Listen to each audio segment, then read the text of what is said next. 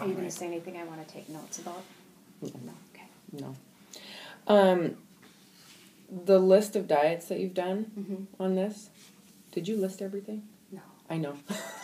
I looked at this and went... I'm like, well, do you want me to fill a page? No, I haven't done that. These are the ones that you felt were successful. I'm assuming that's why you put them on here, because at least they did work for you, or you did them long enough that you could accumulate enough fat loss to merit putting it down. Right, and one I should have probably put on there is Metabolife. Do you remember when Metabolife came out? Mm-hmm. That one I was extremely successful on, and extremely successful on for kind of a long period after. Okay.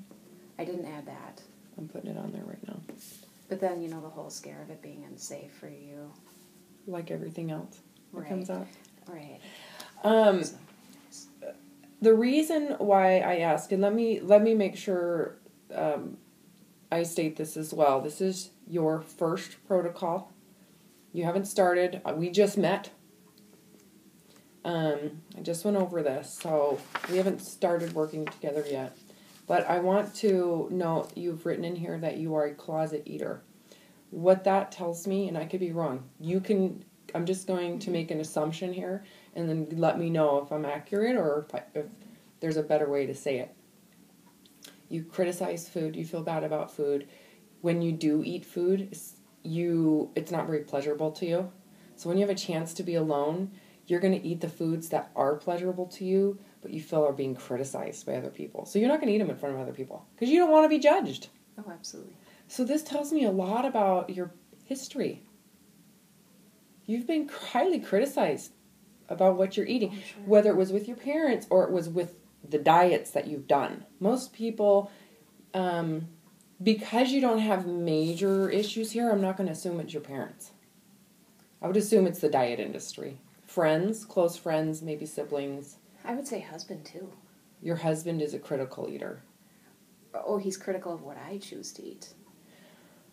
Does he criticize your weight? Not openly. Certainly not. Never. He would never intend to hurt. He's the kind of person that he eats for fuel. He doesn't ever have a craving. He's not a woman. He's not a woman. Right. He eats for fuel. Okay. He doesn't eat breakfast because he's not hungry for breakfast. Mm-hmm. So he eats. Okay. So he's pretty functional. Extremely functional, and he cannot understand the whole. I'm going to eat because. I see. So he's not necessarily criticizing the food. He's criticizing how much power you've given food. He doesn't understand why and he will criticize the food as well if he feels it was an unwise choice because he knows that I don't want to eat. I see. So it's all in support for you. It's not necessarily to make you feel bad, but he's trying to help encourage you to do what he knows you want? Yeah. Okay. Well, either way, can you see how some of this behavior really is predictable? Think about anybody who's hiding a behavior. Why would that be? Right. Well, because they don't want to be criticized. They don't want to have guilt or shame, and they don't want to deal with judgment. Who wants to feel like they're being criticized or judged? No one. That is, unless, you don't care what other people think. So it really is a reflection of your caring of what other people think. At some point, you're going to have to let that go. Right. Are you getting close to that? You're an empty nester. You have 2 kids. They're in their 20s. They're out of the house. Yeah. Do you really care what other people think? Certainly some people. I would think so. Your spouse. Sure. Your parents are still living. Yeah. Did your mother diet? She never really diets. Didn't talk about her weight. She's comfortable in who she is. I knew it. She doesn't eat great. She is overweight, not horribly. She's probably about where I'm at. She's comfortable with who she is. She's very comfortable. Always extremely comfortable in her skin. What percentage of the day do you think about your weight, what you're eating, and evaluating the food that you're putting in your mouth relative to the diet or need to lose weight? I evaluate my food pretty consistently throughout the day. So it's you're evaluating it based on what? Weight loss? Is it good for you? How much? Probably more about how it's good, how it's good for me. Okay. I'm not fixated on the scale. That number on the scale really doesn't matter to me. How I feel, how I'm able to keep up. My family is extremely active, so being able to keep up with my husband and my kids and be physically active, that's a really big thing to me. We just went on a hike and to the North Shore for a week, and I was definitely the weak link. I don't like being the weak link. I like to be the strong one. Okay. And the heavier I am, the harder it is, the less I'm able to keep up. Things like that. The number I don't really feel fixated on. Yeah, you're not attached to it. But I also think I value nutrition. So a big thing to me is knowing that I'm going to live a really long time because I'm putting really good things in my body. You're right. The integrity there is good. That's good integrity. Extremely important to me. Okay. So the next question is, how often do you eat without hunger?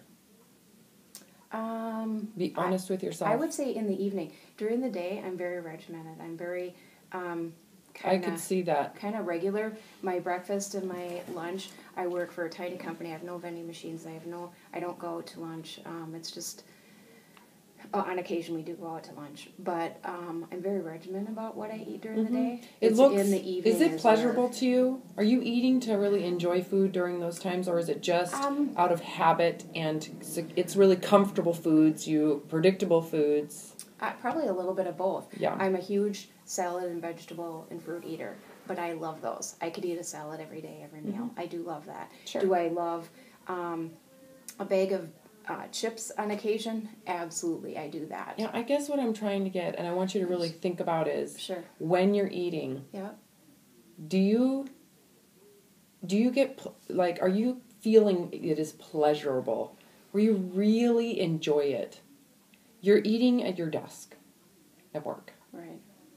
I am not getting that you are enjoying your food. It sounds to me regimented, somewhat military as far as it looks like you eat the same thing every morning. You have this militant way of eating until you get home at nighttime.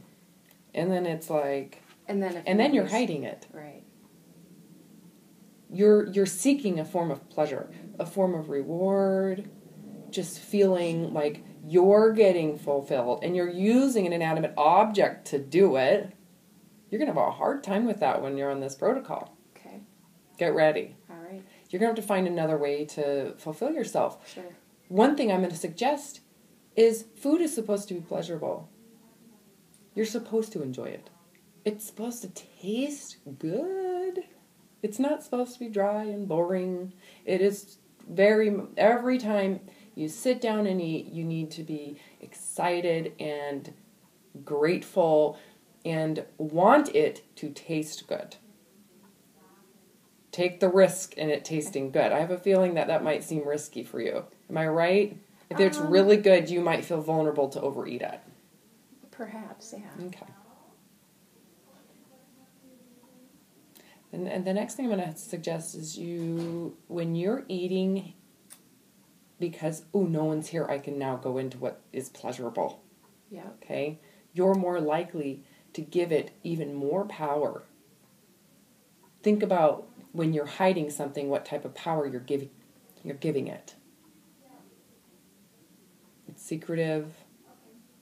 Think about how much more power. If it wasn't in hiding, if it was in the open, would it have as much power? Probably not. It wouldn't have so much personal emotion attached to it. So by making it out in the open and taking the risk of being criticized, you're going to eat less. Take the challenge of that, okay? So in the practice, I think it's going to be important for you to pull everything out of where it's hidden. I'm not kidding. And you know what you do, because if your husband loves you unconditionally, which I'm sure he does. Oh, absolutely. Why not tell him? Say, you know what? I'm so afraid of being criticized that I hide this food. Oh, I've talked to him about it. So he knows. Yeah. Now, make sure it's out in the open. Okay. And just expose who you are in reality. Because in the future, in order for you to not overconsume, you're going to have to get rid of the in hiding food consumption. Because whether he's there or not, if you are not hungry, it's inappropriate. So do you formulate eating when you know he's going to go? Do you in your head go, ooh, he's leaving. Oh my God, I got those. Yeah, I do. Absolutely. Oh, honey. Yeah. This is common. Common for people who've been criticized. He's a firefighter, a volunteer firefighter. Mm-hmm. When his pager goes off, oh, see ya. But that's pretty sad. Have you talked about this before with anybody? I do work with a life coach, and so we do talk about that sometimes. Yeah. So not a whole lot, but yeah, and I've explained that to my husband within probably the last, probably a good 6 months ago. Okay. I kind of confessed to him and said, it's because he says you don't eat a lot. It's because you're eating and hiding. Exactly. Yeah. It's pretty sad. But try to get into that. Yeah. What is it that you're getting? Right. Is this mine to take? Go for it. Okay. Yeah. What are you getting out of? And when did that start? When did it? I think it started probably a long time ago, but it seems to be magnitude right now because there's less people in the home now. The kids have just left a few months ago, and so now there's more opportunity because I'm alone more often. So now I seem to be doing it more often. So I think it's been there for a long time, but there were less opportunities that I took to hide these habits. I didn't have as much opportunity, and now it's just right there. Okay, so if you're eating alone, and now do you understand, are you noticing the hormonal ramifications of that? Yeah. Or it's harmful? Yeah. You getting heart palpitations? Maybe I actually have a few times. You're causing that damage. I know most people don't realize it. They think there's something wrong with the body. Right. But food is a hormonal stimulant. What do you think is going to happen if you're eating highly powerful, I'm talking hormonally powerful foods? Sugar, starch, candy. Sure. Okay? Without hunger. On top of the fact that you're getting almost high off of it emotionally. Because it's in hiding. You're waiting for it. You intentionally buy things to put in hiding. So there's all of this energy going towards this food that is a narcotic. And so what happens is your brain is anticipating all of this. Think about the epinephrine and all of that exciting stuff that goes on when you're going to, let's say, feels like kind of winning the lottery a little bit, doesn't it? Yeah. What do you think is going to happen to that excitatory? You're going to end up overworking the thyroid and the adrenals. You got to heal here. The body will heal itself once you stop, but you might want to get into where this began and why. Understand why. Most of it is because it sounds like you've at some point did not feel fulfilled, and food became something that was very fulfilling for you. Pleasurable, rewarding. And then once it's in hiding, like if you're getting criticized by it and you know full well you're not giving it up, it gets bigger. It becomes even more important to you. And think about how fun it is to buy something and then hide it and hoard it. It's kind of fun, isn't it? Right. Try it with rocks. That might be more helpful. Hoard rocks. Something that's not going to cause a problem. But then again, then you'll have rocks somewhere. I'd rather have a rock. I know. Pine cones. Go up all those chipmunks right now. So don't judge yourself. Don't criticize yourself. Open your mind. See it as if you're observing your own child doing this. If this was your child, how would you feel about it? Yeah, not good. You'd wonder what happened. Sure. What happened? What's going on? How can you help him feel? And what do you think he's lacking? Right. Think about that. So what are you lacking? I don't know. I'll have to figure that out. It's usually love. Right. Care, love, being cared for. Did this start when you had little children? You know, it started. Do you remember in high school when you were at home? Or did it start with your first diet? Sometimes dieting does that because you feel so deprived emotionally. Sure. And physically with diets that people start to hoard. Perhaps in, maybe somewhere in high school, I would probably say. Did you diet in high school?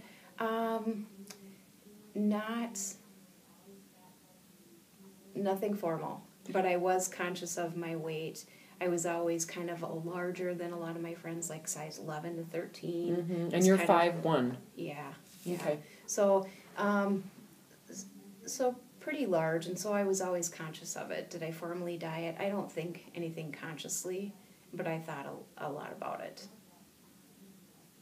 And then certainly after the birth of my son, because I was probably pretty heavy and in a size, I think I put on my form like 180. I don't know that was officially what my weight was when I was 20 years old, but I was definitely in a size that I didn't love. And did you probably got a sense of urgency too, like you got to get this off now? Yeah, and I was right. Yeah. Okay. And so you were in a state of desperation think about where that feeling comes from. Not only just being uncomfortable in your clothes and in your body, but what are you afraid of? Think about that. As if you're observing someone else. What are they afraid of? As a woman, what are you afraid of? It's called criticism. Being judged by the way you look, losing sexual appeal, which is a huge way that we evaluate women. Right. Well, I think right. That doesn't make it right, but because it's perceived as a weakness then. Okay. And that's the part I think that. Well, think about. It's hard. Think about women and different levels of confidence and self-confidence and self-worth. Who's going to feel more vulnerable after having a baby who's going to feel worse about it? Well, the woman. Who has less like an awareness of who they are. They're more vulnerable to others' criticism. So what is the source of all of this fear of being criticized or wanting others to like you?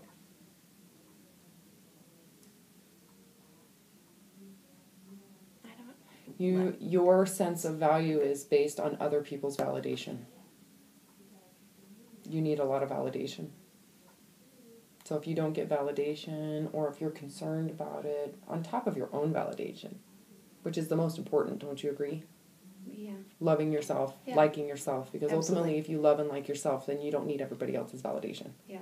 Did that just make a whole lot of sense for you? Yeah. Pull it back together. So some of this behavior maybe that you're mimicking is coming from your sense of worth and value back then.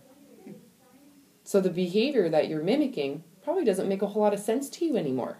So you're still doing it, and you're like, what am I doing? This doesn't really I'm hurting myself. It's mutilating. Right. Because would you agree that your sense of an awareness of who you are is so much more clear? I think you're right, and I think, I haven't analyzed it as much in regards to my healthy eating. When you say the term worthiness, I think of it in terms of speaking out for myself, and that's something that I've really been working on because I don't feel like perhaps I'm worthy to have an opinion. Okay, what are we going to do when we're on vacation? Do I speak up about what I want to do? I let others make the decision even if it's not something because I just have never felt like it. Okay, but I've never really kind of probably put it in terms of my food intake. I think of it in terms of other aspects of my life, not food. So does it make sense for you? Yeah, it does. Yeah. So in a way, does understanding that at least help you realize that you can make change? You don't have to wait for something massive to happen for you to go, I'm done. You can look back and go, oh, this is so inappropriate. But it really makes sense based on the view I had back then. Because if you were to get pregnant right now and have another child, would it affect you the same way, the fat gain, that it did back then? Probably not. Mm-mm. And you understand why. Because you have a much more solid foundation of worth. Right. That is separate from other people's opinion. Right. Because you really could give a crap. Right. You want to take care of yourself. Right. But now what would that do to your need for food and your need to restrict food or deny yourself of pleasure with food? Because don't you agree when you go into the diet mentality, you're denying yourself pleasure. That's what it feels like. Right. As if you've done something wrong. Yes. Yes. Okay. Yeah, very absolutely. And I think then you get into this unfairness mode, because it's unfair that thin person over there can eat whatever they want. That brings them pleasure, but I can't. Yeah. So you're being denied something you feel entitled to. Right. And you've attached an emotion to it. Right. So can you detach the emotion from food? What is it going to take for you to be able to see food and not see? It's supposed to be pleasurable, but if your reward system, if what you're looking for is only associated to food, if food is taken away, you're going to feel like there's no way for you to feel rewarded or compensated for whatever is going on. So is there a way for you to detach those emotions from food? I think I'm going to have to figure out a way. You are. I'm so glad that you made that little ding dong. Oh, the light just turned on. Oh, yeah. I'm going to have to change your feelings about food. Right. Does not mean that it cannot be pleasurable. It just means that when you're celebrating or wanting to feel taken care of, you're going to need to find another way to do it. Otherwise, you should accept the fat that you gain. Right. Don't you agree? Yeah. Wouldn't it be better to accept the fat that you gain than to reward yourself with food and be pissed off about the results? Right.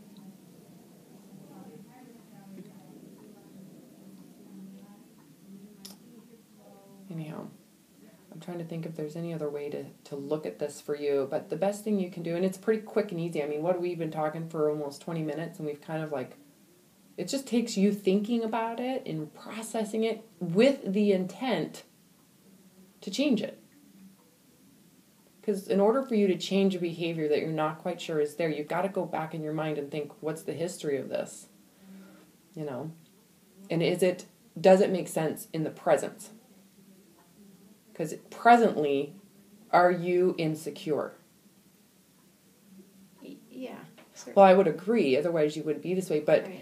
Are you really insecure? If you really go into this, do you feel confident in who you are? Not what I see. In certain aspects, absolutely. Okay, yeah. So start to eliminate some of this behavior that doesn't make sense for you anymore. Because if you could start over today, how much do you really need that food?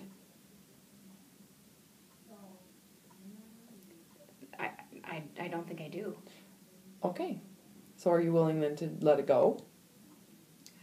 Yeah. You're about to. I'm good. I'm not going to have a choice if I want to change. Well, it is it's your you have to see it as it's my choice. I'm not being deprived. Oh, right. Yeah. Because I don't want it. I am already fulfilled. I don't need to. Yeah. I'm not in a state of deprivation. And you're not a victim. No one's taking anything from you. You don't need it anymore, so you're willing to give it away. When do you feel that you're enough? That you don't need something else to make you feel that way? And how much of your behavior is defined by past history? It doesn't even exist. Probably more than I recognize. Mm-hmm. So it's a matter of recognizing that it doesn't exist. And if you want to start over, you literally can start over. You're in an empty nest. You are, and don't hold yourself back based on, oh, I'm old. Well, whatever. 46, are you kidding me? You've got a lot you can do right now. Yeah. You know, what would you do differently if you were 26? Probably not physically. I shouldn't have to do anything differently. No, you are correct. Creatively. Right. Get into what would you do if you were 26 and got home from work and had nothing to do? Work out. Probably hike. Just everything that. Do you have anything creative? Oh, creative. Not artsy craftsy creative. No, are you talking about artsy craftsy? No. Okay. I don't know where that one came out from. Arts and crafts may not be your thing. There's another way to be creative and expressive. Something that challenges the part of the brain that isn't always, I need to be fulfilled. It's my body's job to make me feel good about myself. Is there a way for you to, is there a form of expression? Do you play an instrument? No. Have you thought about learning to play the flute? Just a thought. Not since sixth grade, and I hated it. Okay, try something different. All I'm trying to do is figure something. One of the things we do that literally kills us is we stop the creative process. You give it up to your children. You are now an empty nester. Bingo. Right.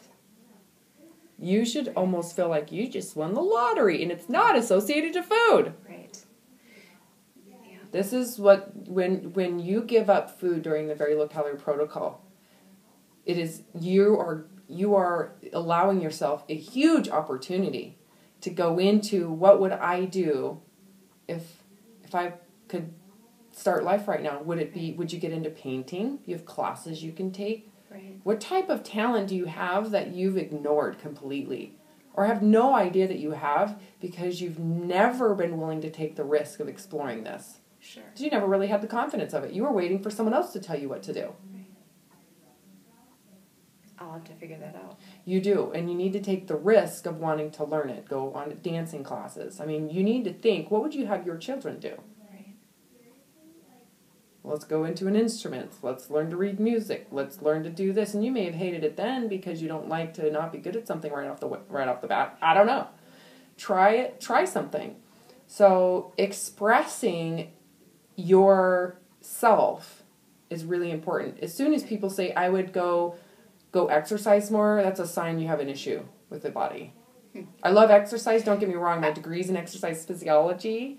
I love physical, but it's not creative. Exercise in the form of, I absolutely love being outside and hiking. Okay. That is one of the things that I absolutely love to do. You love the nature and you like to observe it. Now, yeah. That's perfect because you're not really having to do anything for that. It's done for you. You see where I'm trying to get you. That is so not creative. I'm sorry. And I love to do the same things. I love to hike. I love to camp. I love to be outside. There is some merit to that for being a mammal. You need the sun. You need the air. We need the activity. Let's talk about being creative. Gotcha. I see where you're going. Yeah. Look at what you're doing with food. Is that creative? It's totally passive entertainment. You're not having to do anything. It's doing it for you. Yeah. So take the risk. I have a feeling that you are risk averse. You're afraid of criticism. So your processing in the brain has been stunted. How long has it been stunted? No idea. It's probably since you were 8. Yeah. Needing approval. Did I do it right? Do you like it? Can you help me? What should I wear? I have a daughter like that. And I force her. I'm like, I don't care. And I'll tell her something I know she doesn't like. Just because I want her to make her own decision. So you should, instead of seeing this as I'm being deprived of the one thing that makes me feel pleasure, you're going to use this as an opportunity to force yourself to be more creative. Okay. You're starting over. Right. And you're starting over from a place of confidence and self-worth. And what would that have been like as a child for you? You would have been a lot more explorative because you wouldn't be so concerned about being criticized. Sure. You ready to start over? Yeah. Okay. Yeah. Hey, thanks for sharing. Okay. Do you have any questions? Not at the moment.